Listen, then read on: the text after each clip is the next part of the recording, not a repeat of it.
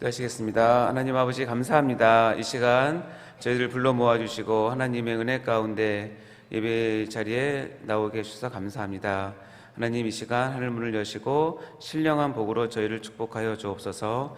성령님 이 자리에 임재하여 주옵소서. 은혜를 내려 주옵소서. 감사드리며 예수님 이름으로 기도하옵나이다. 아멘. 이 시간 같이 나눌 하나님의 말씀은 요한복음 6장 26절 한 절입니다. 요한복음 6장 26절 신약성경 153쪽에 있습니다. 우리 같이 한 목소리로 봉독하도록 하겠습니다. 시작. 예수께서 대답하여 이르시되 내가 진실로 진실로 너희에게 이르노니 너희가 나를 찾는 것은 표적을 본 까닭이 아니요 떡을 먹고 배부른 까닭이로다. 아멘.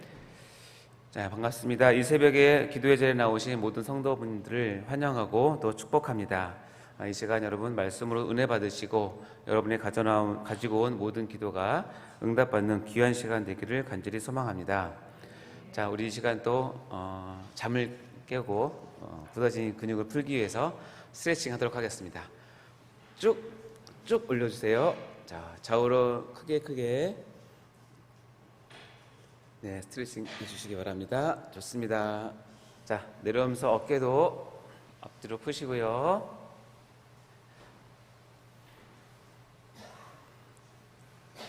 자, 고개도 함께 돌려보십시오. 자, 우리 유튜브로 예배드리는 모든 분들도 스트레칭 같이 동참해 주시기 바랍니다. 자, 하품도 하시고. 네, 잘 계셨습니까? 네, 반갑습니다, 여러분. 자, 우리 여러분들은 기적을 믿으십니까? 네, 혹시 어떤 기적을 이렇게 체험을 해보셨는지요? 요즘 같은 최첨단의 과학과 이성이 발달한 시대에 아직도 기적이 있는가? 뭐 이런 질문들도 하시는 분도 있습니다. 기적 또는 이적에 대한 여러 질문들을 우리가 해볼 수 있는데요. 먼저 이 기적이라고 하는 것의 사전적 의미는 이와 같습니다. 상식적으로는 생각할 수 없는 기이한 일 또는 신에 의해서 행하여졌다고 믿어지는 불가사의한 현상을 우리가 기적이라고 얘기하고 또 이적이라고 하면은 비슷한 의미입니다만 그 일이 참으로 기이하다라는 것에 초점을 맞춘 단어가 이적입니다. 자, 그러면 지금도 하나님은 기적이나 이적을 행하실까요? 그것을 사용하셔서 우리를 인도하고 계실까요? 네, 맞습니다. 하나님은 지금도 살아계셔서 자연의 법칙을 뛰어넘는 이적과 기적을 베풀고 계십니다. 왜일까요? 왜냐하면 거기에는 하나님의 뜻이 숨어 있기 때문에 그렇습니다. 그런데 여기에 우리가 한 가지 조심해야 할 이적에 대한 주의할 점이 있습니다. 그것은 그 이적에 마음을 뺏겨서 스스로를 속이거나 타인을 속이는 자리까지도 갈 수 있다는 것입니다. 그래서 이 또한 매우 무서운 일인 것이죠. 그래서 오늘 설교는 속지 맙시다 시리즈 6번째 시간으로 설교의 제목은 그럴듯한 이적에 속지 맙시다입니다. 제목이 뭐라고요? 시작. 그럴듯한 이적에 속지 맙시다. 신약 성경의 사복음서에 모두 기록된 중요한 사건으로부터 오늘 설교를 시작하려고 합니다. 오병이어라고 들어보셨죠? 네, 오병이어는 떡 5개와 물고기 2마리를 가지고 남자 장정만 5,000명을 먹이는 그런 사건입니다. 남자 장정만 5,000명이니까 거기에 어린아이나 여자나 노인들을 다 합하면 그야말로 그 수많은 사람이 순식간에 예수님께서 먹이신 사건이죠. 근데 그 문제는 그 다음에 벌어집니다. 요한복음 6장 13절 15절 말씀을 우리 같이 한번 읽어보겠습니다. 시작. 이에 거두니 보리떡 5개로 먹고 남은 조각이 12바구니에 찼더라. 그 사람들이 예수께서 행하신 이 표적을 보고 말하되 이는 참으로 세상에 오실 그 선지자라 하더라. 그러므로 예수께서 그들이 와서 자기를 억지로 붙들어 임금으로 삼으려는 줄 아시고 다시 혼자 산으로 떠나가시니라. 예수님은 이 땅에서 수많은 이적과 기적을 행하셨습니다. 근데 분명한 의도를 가지고 이 표적을 행하셨죠. 자, 여기서 말하는 이 표적이라고 한 것은 어떤 의미냐면 어떤 목적과 의도를 가지고 행하여진 이적 또는 기적을 우리가 표적이라고 합니다. 그런데 문제는 이 표적을 맛본 사람들이 지금 예수님의 의도와는 전혀 딴 생각을 하고 있다는 것입니다. 오병이어라고 하는 이 표적을 보고 원래 예수님의 의도는 사람들이 이런 고백을 하는 것이었습니다. 아, 예수님이야말로 진정한 메시아이시고 우리를 구원할 구원주이시구나 라고 하는 그 반응을 예수님께서는 받길 원하셨는데, 오늘 본문 말씀에 읽어보면 지금 백성은 예수님을 자기의 빵 문제를 해결할 경제 대통령, 그리고 로마로부터 독립시킬 독립 대통령으로 모시고 싶어 한다는 것입니다. 그야말로 오병이어라는 기적을 오해해서 자신들의 욕망을 챙기려는 것으로 그 기적을 사용하고 있는 것이죠. 이것을 예수님은 꿰뚫어 보시고 한마디로 이렇게 말씀하십니다. 요한복음 6장 26절 말씀 같이 읽어보겠습니다. 시작. 예수께서 대답하여 이르시되 내가 진실로 진실로 너희에게 이르노니 너희가 나를 찾는 것은 표적을 본 까닭이 아니요 떡을 먹고 배부른 까닭이로다. 아멘. 자, 주님 주신 이적을 또는 기적을 통해서 표적이라고 하는 것에 나가는 것이 아니라 그 이적을 붙잡고 그 이적이 가져다주는 유익만을 따라가는 어리석은 백성들의 모습을 보여주는 구절이 바로 오늘 본문 구절입니다. 자, 그러면 왜 우리는 이러한 이적만을 추구하는 신앙, 즉 이적 중심의 신앙생활을 하면 안 되는 것일까요? 그것은 그럴듯한 이적은 반드시 우리를 속이고 바르지 못한 길로 우리를 인도하기 때문에 그렇습니다. 그 첫 번째 이유는 그렇습니다. 그럴듯한 이적은 하나님의 뜻과 영광보다는 자신의 유익을 먼저 구하도록 우리를 속이기 때문에 그렇습니다. 원래 하나님이 베푸신 기적이 표적으로 받아들여지면 반드시 그곳에 나타나는 현상이 있는데, 그것은 뭐냐면 하나님의 뜻이 이루어지는 것입니다. 요한복음 2장 11절 말씀에 이렇게 잘 표현되어 있는데요, 한번 읽어보겠습니다. 시작. 예수께서 이 첫 표적을 갈릴리 가나에서 행하여 그의 영광을 나타내심에 제자들이 그를 믿으니라. 여러분 잘 아시는 가나의 혼인잔치에서 예수님께서 행하신 기적 뭐죠?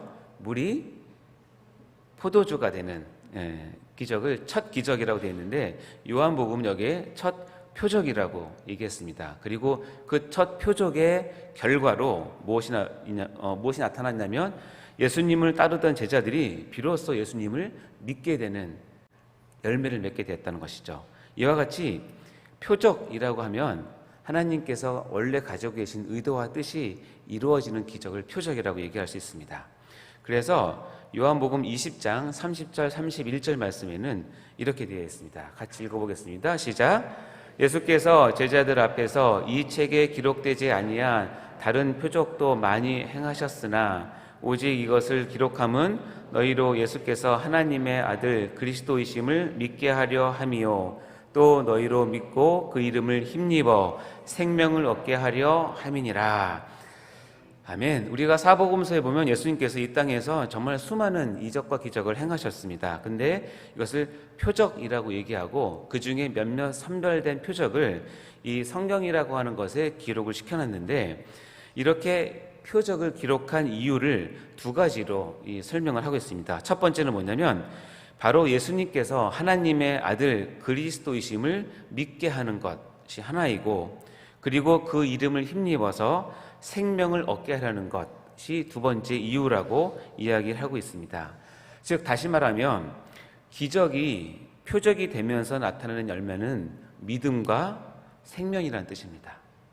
우리에게 주어지는 많은 기적, 많은 이적들이 나에게 정말 하나님을 알게 되는 표적으로 나타나는 그 결과는 뭐냐면 내가 예수 그리스도를 제대로 알고 하나님을 제대로 찾고 그 가운데 생명을 얻게 되는 것이 기적이 표적으로 받아들였을 때 나타나는 우리의 열매라는 것입니다.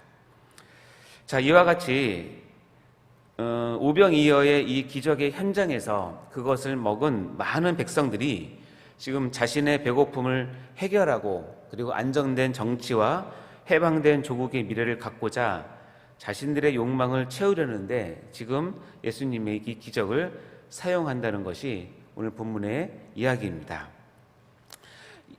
이와 같이 우리가 이적 중심의 신앙생활을 하다 보면 우리의 유익만을 바라보게 되고 하나님의 뜻을 모르고 넘어가는, 속게 되는 그런 결과를 얻게 되는 것입니다. 또 하나, 이적 중심의 신앙생활을 하면 안 되는 이유가 있습니다. 두 번째 이유는 이것입니다. 무엇이냐면 그럴듯한 이적이 우리가 구원을 온전히 받을 수 있다고 우리를 속이기 때문에 그렇습니다. 이게 무슨 이야기입니까? 여러분, 성경은 이적 체험의 신앙만을 가지고는 구원에 온전히 이르지 못한다고 분명하게 가르치고 있습니다. 아무리 강력하고 신기하고 놀라운 기적을 체험한다고 해서 그것을 통해서 온전한 구원에 이룰 수는 없는 것입니다. 오히려 이것은 바닷물을 먹는 것과 같은 효과를 발휘해서 이렇게 형성된 자기의 이적적 신앙을 유지하기 위해서 더 자극적이고 더 신비로운 기적을 탐닉하게 만들 수 있습니다. 그래서 참된 구원에 이르는 믿음을 사모하기보다는 더 큰 기적, 더 심오한 이적을 추구하게끔 만드는 그런 속임수를 갖게 되는 것이죠. 결국은 신앙의 파탄에 이르게 만들기도 합니다. 그 예로 출애굽기 14장 22절과 29절 말씀을 들 수 있습니다. 우리 같이 22절 말씀 읽어볼까요? 시작. 이스라엘 자손이 바다 가운데를 육지로 걸어가고 물은 그들의 좌우에 벽이 되니. 29절 말씀 읽겠습니다. 시작. 그러나 이스라엘 자손은 바다 가운데를 육지로 행하였고 물이 좌우에 벽이 되었더라. 자, 여러분, 홍해 바다가 좌우의 벽으로 서는 이 기적, 여러분 한번 상상을 해보십시오. 그냥 바다 물이 좌우의 벽이 서서 그 사이에 난 길로, 마른 길로 우리가 걸어가고 있다고 생각하면 이 얼마나 놀라운 이적을 체험한 것입니까? 그런데 이 놀라운 이적을 체험했던 출애굽 1세대는 결국 한 사람도 빠짐없이 모두 광야에서 죽음을 맞이했다는 사실을 우리는 기억해야 합니다. 믿음 없이는 우리는 구원을 얻을 수 없는 것이죠. 결코 그럴듯한 이적 체험이 우리의 구원을 보장해 주지 못한다는 것을 우리는 반드시 알아야 합니다. 그러니 그럴듯한 이적에 속지 말아야 하는 것입니다. 마지막 다시 한번 이러한 이적만을 추구하는 신앙이 왜 안 되는지 세 번째 이유로는 이렇습니다. 그럴 만한 이적은 자신의 믿음이 좋은 것으로 착각하게 만들어서 결정적인 순간에 사단의 유혹에 빠지도록 우리를 속이기 때문에 그렇습니다. 이러한 모습이 요한계시록에 잘 기록되어 있는데요. 이 말씀은 기니까 제가 그냥 풀어서 여러분께 설명을 해드리도록 하겠습니다. 내가 봄에 또 다른 짐승이 땅에서 올라오니, 이 또 다른 짐승은 사단의 수하에 있는 또 다른 짐승입니다. 근데 이 또 다른 짐승을 어떻게 표현하냐면 어린 양 같다라고 표현합니다. 자, 여러분, 어린 양 같다라고 하는 것은 어린 양입니까? 아닙니까? 아니죠. 근데 요한계시록에서는 어린 양은 곧 누구를 얘기하는 것이죠? 예수님을 얘기하는 것이거든요. 그러니까 이 또 다른 짐승이 땅에서 올라왔는데 어린 양 같다라는 것은 뭐냐면 표현, 얼굴이나 뭐 행동이나 말투나 꼭 예수님 비슷하다라는 뜻이에요.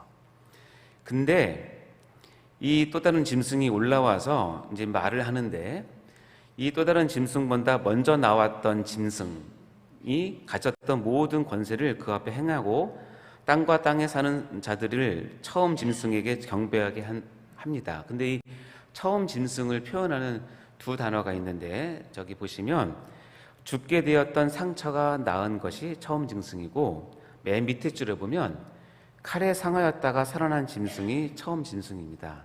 다시 얘기하면 먼저 나왔던 짐승이 칼에 맞아서 죽었는데 이 짐승이 살아난 거예요. 우리말로 하면 뭐죠? 부활한 거예요. 무슨 얘기예요? 부활을 패러디해서 사단도 부활을 흉내낸다는 거예요. 예수님 비슷한 사람이 와서 앞에 있던 짐승이 칼에 맞아 죽은 것이 확실해졌는데 이것이 살아난 것을 보여주면서 부활이라고 하는, 어떻게 보면 기독교만이 유일하게 갖고 있는 그런 어떻게 보면 컨셉이라고 그래야 되나요? 진리인 부활을 흉내내서 사람들을 지금 유혹하고 있다는 것입니다. 뿐만 아닙니다. 이 또 다른 짐승이 큰 이적을 행합니다. 근데 이 큰 이적이 어떤 이적이냐면 심지어 사람들 앞에서 불이 하늘로부터 땅에 내려오게 하는 큰 기적을 베풉니다. 여러분이 만약에 어떤 한 사람이 와서 자기가 기도를 하면 마른 하늘에서 불이 땅에 떨어지는 것을 보여준다고 한다면, 그것을 본다면 어떻겠습니까? 엄청 놀라겠죠? 그리고 그 사람의 그 다음 말은 아마 여러분이 다 껌뻑 속을 것입니다. 근데 이 요한계시록에는 뭐라고 얘기하고 있냐면, 그 또 다른 짐승이 이적을 행함으로 땅에 거하는 자들을 뭐하여? 미혹하게 해서 땅에 거하는 자들에게 이르기를, 칼에 상하였다가 살아난 짐승, 아까 얘기했던 그 짐승을 위에서 우상을 만들라라고 명령을 한다는 것입니다. 그리고 이 다음 구절을 보면 그렇게 해서 많은 사람들을 미혹해서 끌어다가 그들에게 이마나 손에 표를 받게 하고, 이마나 손에 표를 받게 한 그 숫자를 세보니 뭐라고요? 666이다 라고 하는 이야기로 나갑니다.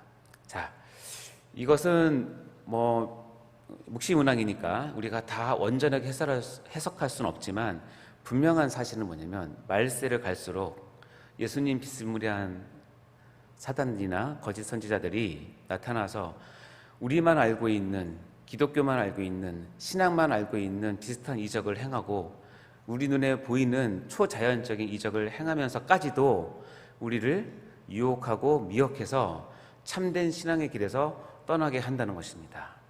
우리는 이 사실을 반드시 기억하셔야 된다는 것입니다. 사랑하는 성도 여러분, 하나님은 예전에도 지금도 그리고 앞으로도 우리들에게 이적과 기적을 행하실 것입니다. 그러나 이것을 베푸시는 하나님의 뜻을 잘 깨달아 우리가 믿음으로써 그것을 표적으로 받아들여야 이 이적과 기적은 우리의 믿음과 영혼에게 큰 도움을 줄 수 있는 도구가 될 것입니다.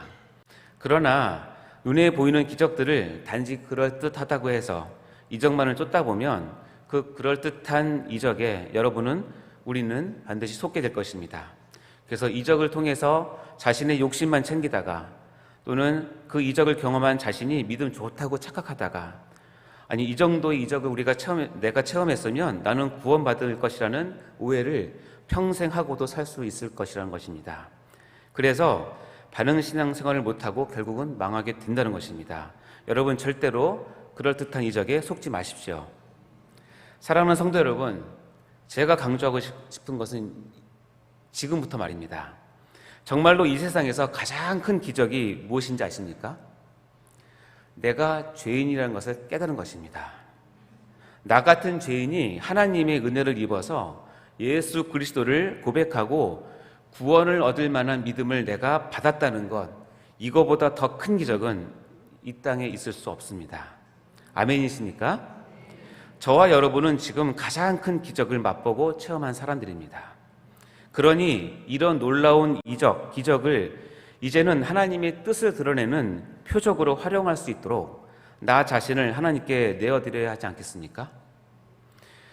믿음을 갖고 있는 나를 통해서 하나님의 뜻이 이루어지는 그런 표적, 나의 구원받음이 하나님의 영광을 드러내는 그런 표적, 나의 믿음을 통해서 하나님 나라가 확장되고 전도와 선교가 이루어지는 그런 표적을 드러내는 우리 모두가 되기를 간절히 소망해 봅니다. 아멘. 여러분이 가져오고 나온 기도 제목도 나의 유익을 위한 이적인지 하나님의 영광과 하나님의 뜻을 위한 표적인지를 여러분 잘 헤아려서 여러분 표적을 간구하는 그런 기도를 하시기 바랍니다.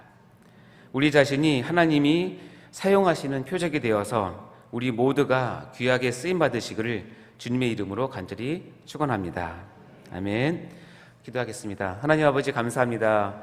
저희들의 삶 가운데 이적과 기적을 한없이 베푸시고 하나님의 사랑을 부으시는 하나님 은혜에 감사드립니다. 이제는 이적과 기적에 아버지 그 현상에 매달리는 것이 아니라 그것을 주신 하나님의 마음과 뜻을 깨달아서 그 이적과 기적이 표적으로서 나의 삶에, 나의 신앙에 사용될 수 있도록 축복하여 주시옵소서.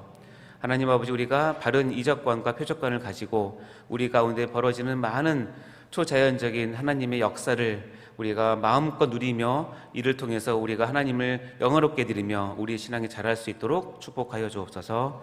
감사드리며 예수님 이름으로 기도하옵나이다. 아멘. 드려지는 헌금을 위해서 기도하겠습니다. 하나님 아버지 감사합니다. 우리의 마음뿐만 아니라 우리의 작은 재물도 하나님께 드립니다. 감사의 제목들이 있습니다. 담임 목사님의 건강과 일정 성령 충만을 위해서, 또한 부족한 종으로 쓰임받기를 위해서 드려지는 헌금이 있습니다. 말레이시아 영어 캠프에 잘 다녀오도록 자녀를 위하여 드리는 기도 제목이 있습니다. 또 하나님 아버지 직장을 위해서, 양육을 위해서 드려지는 기도의 제목들이 있습니다. 주님 받아 응답하여 주옵소서. 감사의 헌금, 그리고 또한 1,000번제의 제목들이 있습니다. 빼곡하게 적혀진 이 많은 제목들 가운데 하나님의 뜻이 온전히 이루어지며 이 모두가 표적이 되어서 하나님을 영원롭게 드리는 기도의 제목 다 드릴 수 있도록 축복하여 주옵소서. 감사드리며 예수님 이름으로 기도하옵나이다. 아멘. 주기도문을 마치도록 하겠습니다. 하늘에 계신 우리 아버지여, 이름이 거룩히 여김을 받으시오며 나라가 임하옵시며 뜻이 하늘에서 이루어진 것 같이 땅에서도 이루어지이다. 오늘날 우리에게 일용할 양식을 주시옵고 우리가 우리에게 죄 지은 자를 사하여 준 것 같이 우리 죄를 사하여 주옵시고 우리를 시험에 들게 하지 마옵시고 다만 악에서 구하옵소서. 대개 나라와 권세와 영광이 아버지께 영원히 있사옵나이다. 아멘. 오늘 받은 은혜의 말씀을 붙들고 간절히 기도하도록 하겠습니다. 우리가 받은 많은 일들이 표적이 되어서 하나님의 영광과 우리 자신의 신앙이 더욱더 커가는 그런 귀한 은혜 달라고 기도하도록 하겠습니다. 담임 목사님의 건강과 숙면을 위해서 여러분 같이 기도해 주시기 바라고, 또 사역을 위해서 기도해 주시기 바랍니다. 또 내일 있을 목사님 북콘서트가 은혜 가운데 잘 진행될 수 있도록 위해서 또 기도해 주시기 바랍니다. 오늘 수요 예배가 있습니다. 말씀을 전하실 목사님과 예배에 참여할 모든 성도분들이 하나가 되어서 하나님께 말씀으로 은혜 받는 시간 되게 해달라고 기도해 주시기 바라고, 오늘 정책수련의 마지막 날인데요, 주님께서 이 정책수련을 통해서 더 귀한 하나님의 은혜를 누리고 계획할 수 있는 수련이 되게 해달라고 기도해 주시기 바랍니다. 마지막으로 각자 가져오신 여러분의 기도 제목을 하나님께 아뢰어드리며 간절히 기도하도록 하겠습니다. 우리 주여 외치고 기도하도록 하겠습니다. 주여, 주여, 주여. 하나님 아버지 감사합니다. 말씀을 통하여서 우리 가운데 벌어지는 많은 이적과 기적들이 아버지 어떤 눈으로 바라봐야 할지를 다시 한번 깨닫고 아버지의 그것에 속아서 아버지의 그 줄열매에 빠지지 않도록 도와주시며, 아버지의 그런 일이 있을 때마다 하나님의 뜻이 무엇인지, 하나님의 계획이 무엇인지를 묻고 아버지가 우리가 응답받는 저희가 될 수 있도록 도와주시옵소서. 아버지와 많은 표적들을 통해서 우리가 신앙이 더욱더 커가며 하나님의 나라의 일과 선대와 전도와 교회를 세우는 일들이 우리 가운데 더욱 많아질 수 있도록 축복하여 주시옵소서. 아버지 하나님 간절히 바라고 소원합니다. 아버지 하나님, 우리가 아버지와 속아서 아버지 정말 그 이적과 기적에 매몰되는 신앙이 되지 않게 도와주시고, 아버지와 그 신기한 것으로 빠져서 하나님을 아버지 오해하지 아니하도록 주님 인도하여 주시길 간절히 바라고 소원합니다. 아버지 하나님, 이 시간 담임 목사님을 위해서 간절히 기도하옵나이다. 아버지 하나님, 우리 목사님 건강을 위해서 기도해 아버지와 함께 해주시고, 특별히 밤에 숙면을 취할 수 있도록 특별히 은혜를 허락하여 주시옵소서. 이로 인해서 괴로움을 당하지 않도록 도와주시고, 육체의 연약한 가운데 있지 않도록 주님 도와주시고, 영육간의 강건함으로 하나님 확신 사명 말씀들은 아버지 모든 일들이 은혜 가운데 잘 진행되고 열매맺을 수 있도록 인도하여 주시옵소서. 오늘 수요 예배로 드려지는 날입니다. 아버지 하나님, 드려지는 예배 가운데 말씀을 전하실 목사님께 큰 은혜 허락하여 주시고, 아버지 많은 성도를 참여하여서 하나님 앞에 영광 올려드리며 하나님의 예배에 승리할 수 있는